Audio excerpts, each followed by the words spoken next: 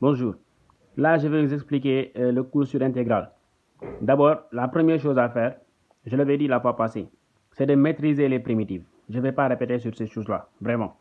Maintenant, il y a deux définitions à comprendre, une définition mathématique et une définition qui est géométrique, c'est la même chose.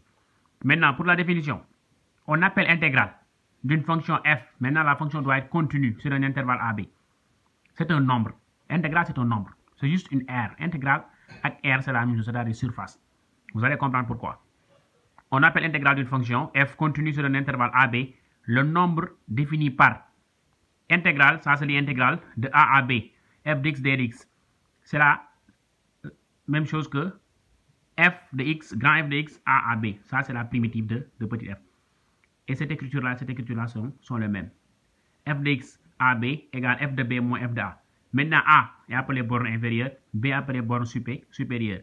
D de x est appelé la variable muette. Ça peut être f de x dx, ça peut être f de y dy, ça peut être f de z dz. La lettre importe peu. Maintenant, pour avoir l'intégrale de A à B, f de x dx, c'est égal à grand F de x de A à B, qui est la même chose que f de B moins f de A, c'est-à-dire borne supérieure moins borne inférieure. Avec grand F de x, la primitive de petit f. Donc, grand F de x' égale petit f de x. Maintenant, la remarque revient. Il est impossible de maîtriser l'intégrale sans apprendre les formules des primitives.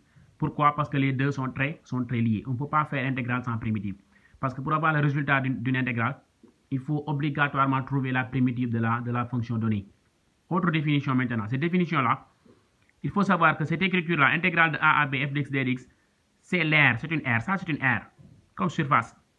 C'est l'air en unité d'air. Parce que l'unité d'air, ça peut être centimètre carré, ça peut être mètre carré, ainsi de suite. C'est ça qu'on parle de unité d'air. C'est l'unité d'air du domaine D. C'est ça le domaine, cette R-là. Délimité par CF. Voici CF. Ça, c'est un exemple de CF. Ça, c'est une courbe. Voici CF délimité par CF. L'axe des abscisses, voici, c'est délimité par l'axe des abscisses. Et les droits d'équation x égale a, x égale b. Les droits d'équation x égale a, ça est là. X égale b, ça est là. Donc, cette R-là qu'on a à l'intérieur, c'est ce qu'on appelle l'intégrale de f de x dx de a à b. Ça est là, de a à b. Donc, c'est l'aire du domaine délimité par CF, l'axe des abscisses, x égale a et x égale b. Donc, c'est ça qu'on appelle définition de intégrale. C'est la première chose à comprendre avant qu'on ne continue.